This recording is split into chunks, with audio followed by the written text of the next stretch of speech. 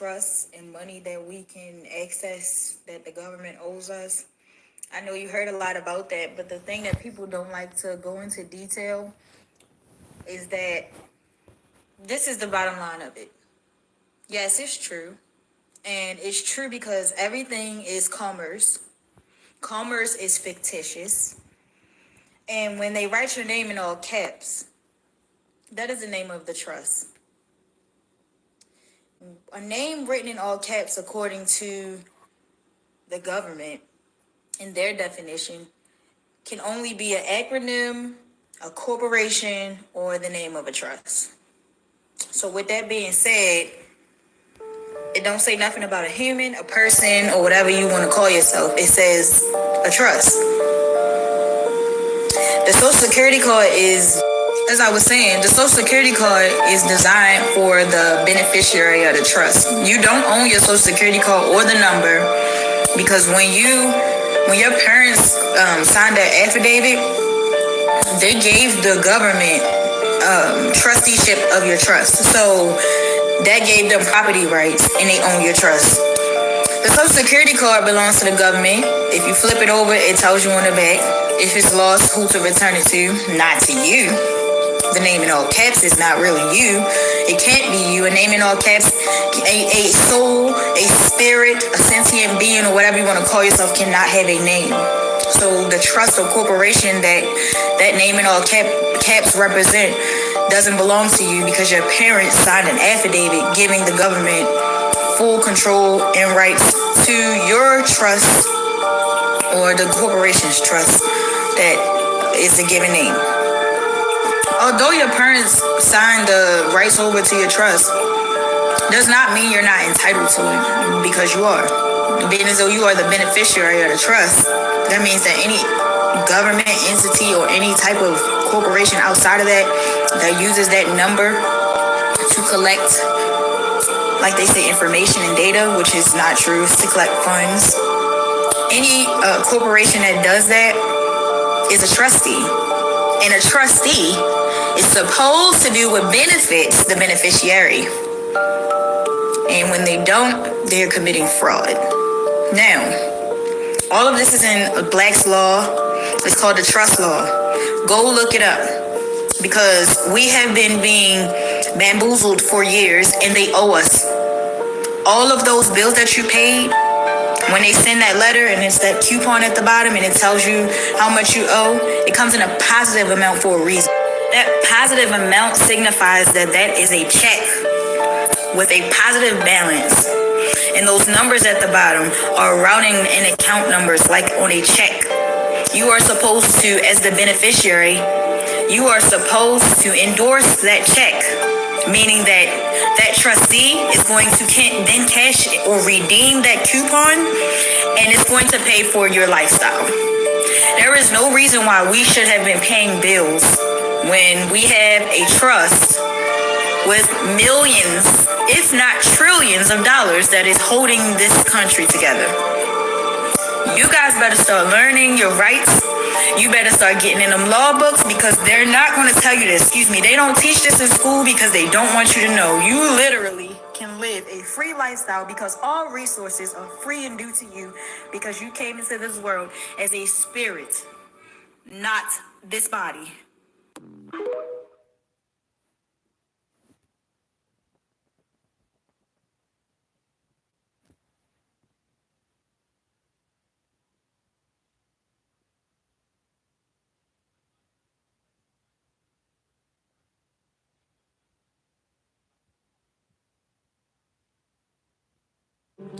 I don't own anything. This is my smiley face illustration right here.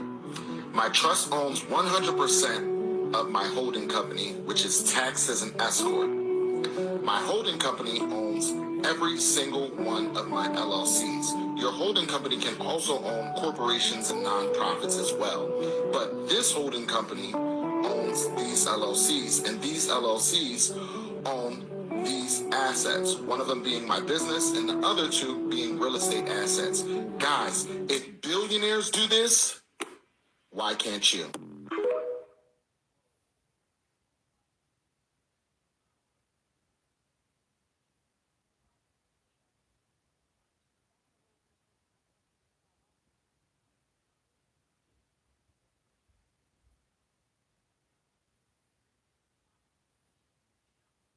state laws, you can go find the smaller laws. Right here, public official bond book, when the police officer, they violate your constitutional rights, you can go place a claim on that bond. A lot of times, the minimum bond is $50,000. That means every time they violate your constitutional rights, you can place a claim on that bond for every instance they violate your rights. So $50,000 for violation of the First Amendment, $50,000 for violating your Fourth Amendment right, $50,000 for violating your Fifth Amendment right. All of these different things. You can place, every time they violate your constitutional right, that bond goes for every single count, not just for the whole thing. So you can get paid over and over again for every time they violate your rights. But if you don't know how to do that, you can't do it. So right here, Public Official Bonds book lets you know how to do that. This tells you how to get out of, this tells you everything you need to know in traffic stops and Terry stops, which are police stops on foot. This is a Terry stop right here. So police roll up on you, they ask you for your ID, and they don't have any reasonable suspicion that you committed a crime, they're in violation. But you don't know that because you don't know your rights, and you start giving over your ID, you start talking, start telling them every goddamn thing. Oh, I live over there, I just came from over there, I was going to the store, but when I was going to the store, my girlfriend, she said she needed a pack of cigarettes, and don't forget a loaf of bread, so I was gonna get a loaf of bread for her. But then, when I came, I went to the store, I got in there, I saw there was a good, there was a sale on some soda, so and you start telling them the whole goddamn thing. You ain't gotta tell them all that shit. You ain't gotta tell them any damn thing. Police officers don't have a right to talk to you at all if you have not committed a crime. Do y'all know that? Most of you don't. But you don't know how to assert those rights because you're so damn scared when they roll up on you in that damn uniform with that gun, which means absolutely nothing when you know your rights. I tell you what, go.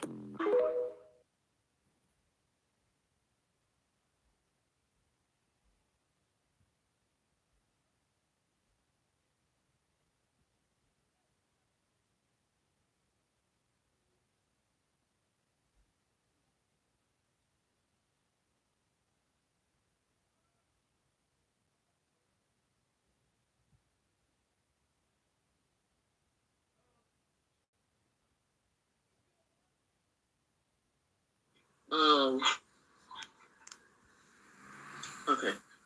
If you're a convicted felon, if you have a suspended license, expired license, never had a license, you don't have insurance, registration, expired tag, situations like that, this information can definitely benefit you.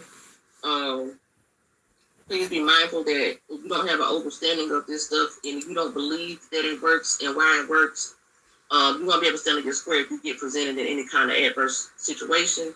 So please, make sure you study and do your due diligence, which will help you to strengthen your confidence in your ability to execute if the time ever presents itself. All right, can't be folding, on a weak shit, trying to stand up to these agents who are going to, whether they know it or not, enforce what they feel like is their position. All right, so you can't be scared of them. We're just going to refer to the police as agents. I am anyway. That's what I like to refer to. You gotta understand they're trained like attack dogs. So certain words and things of that nature will make them respond in a certain way. All right. So it's kind of like word magic. Don't know if you all ever read that book. I definitely drop the link in the chat for that though. Very powerful book. You'll understand a lot more about legalese and lawful language and things like that, and how sometimes they're saying things that don't really mean what we think they mean. So. The difference between legalese and let me go over this real quick first before I get started. One of the questions a lot of people have is, is it necessary to change their status, get their birth certificate authenticated? Do they have to be a secured party creditor? Do they have to have a trust established to enforce their right to travel? Things of that nature. And so I want to kind of explain that those things are not necessarily necessary. They will enhance and strengthen your case to be able to enforce the way that you need to be able to.